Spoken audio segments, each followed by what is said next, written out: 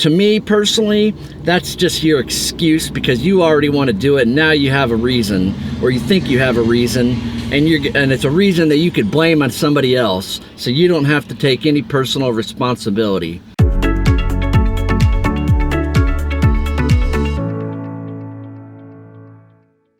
What is up, my friends? Josh Logan here with another episode of Life, Recovery, and the Pursuit of Happiness. Today's topic I want to talk about is one that is actually very dear to my heart. I hear a lot of times when people are getting out of bad situations where they were, let's be frank, acting really freaking stupid, whether it be drugs, cheating, some type of lying, dishonesty. And it takes a long time for people to trust you again. But I hear a lot of times, especially from addicts, when people don't trust them, and so they question what they're doing. Where are you at? I don't believe you. And they'll say, the person that's being accused of this will say, well, if they're going to accuse me, then I'm just going to do it. And let me just tell you, that is probably the most stupidest thing you could probably do. To me personally, that's just your excuse because you already want to do it and now you have a reason, or you think you have a reason, and it's a reason that you could blame on somebody else, so you don't have to take any personal responsibility. So let me tell you a story. When I was first getting clean, I was probably, 2 or 3 months clean. My wife and I were living in different places. So she had a house. I was living by myself, seeing my kids two or three times a week.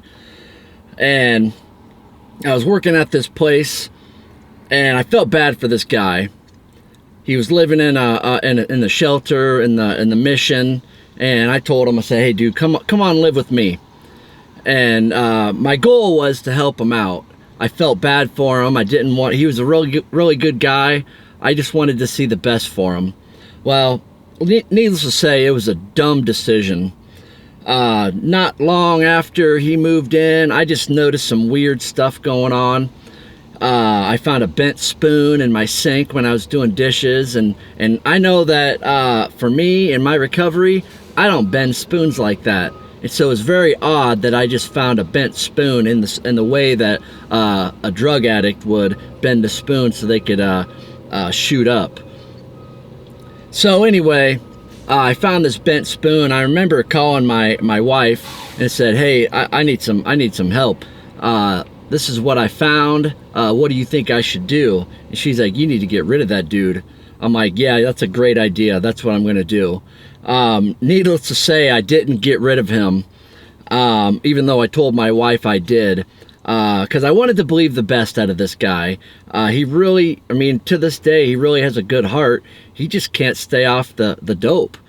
So mind you, I'm in school, and I didn't go to school that particular day, or particular night. So there I am. He's in the house. A lot of lights are on. I remember this day like it was yesterday. I got to take a dump. So, and let me backtrack a little bit. My wife knew that I wasn't going to be going to school that night because I had told her. So here I am on the crapper, and my wife comes in. Now, let me just say something like this. She never came over unannounced. Very rarely did she ever come over anyway. We were in a really bad place, and so it was very uncharacteristic of her to just pop up out of the blue.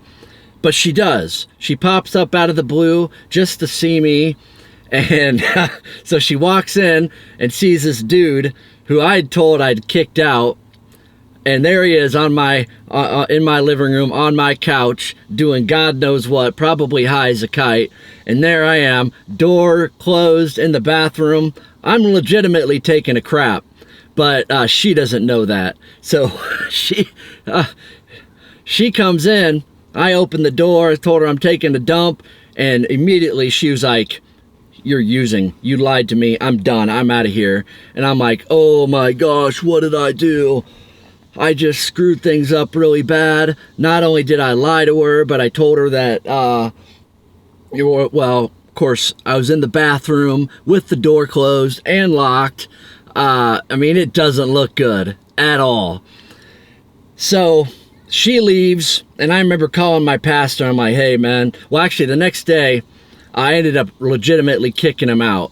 I was like, you got to go, man. I want to get back with my wife. I done messed up, but you got to go. And he didn't handle that very well. It turned out to be a really sour situation.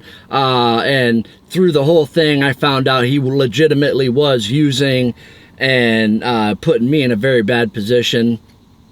So he leaves. And I call my pastor up. I said, this is what I did. This is what happened. He's like, oh, dang, you screwed up. But I remember saying to myself, the first thing that was on my mind, because my wife was convinced I was getting high. She was convinced. And there wasn't a thing I could say to change her mind. She was convinced. But I didn't say, I'm done. She doesn't believe what I'm saying. I'm just going to go out and get high. Screw it. No, that's not what I said. I said, damn, I messed up. I need to fix this. And so you know what I did? Called my pastor. I went to a meeting. I contacted my support group, and I did the things that I needed to do to stay clean. Not because somebody was accusing me, but because I wanted to stay clean. I had had enough. It was over. I was still had the crazy mentality, very insane type of person, screwing up all the time, still couldn't stop lying, always doing stupid things, making silly decisions, but I wanted to stay clean. And I got a couple other stories that I'm not going to share with you today, but let me just tell you, if you have it in your mind that you're going to go out and get high, or you're going to relapse, or you're going to drink, or you're going to do whatever it is that you're being accused of, you, my friend, have not hit rock bottom.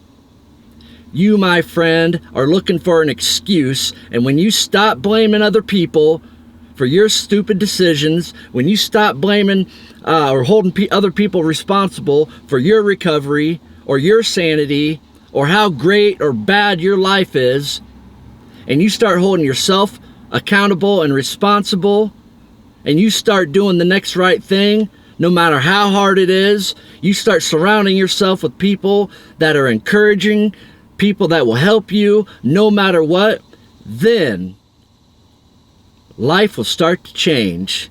Life will get better. People will start believing you, because I tell you what, there's nothing I could have said or done in that moment that would have convinced my wife that I was doing anything other than getting high. Nothing I could have said. But you know what did tell her that I indeed was doing good? I kept on doing the next right thing. Didn't get high.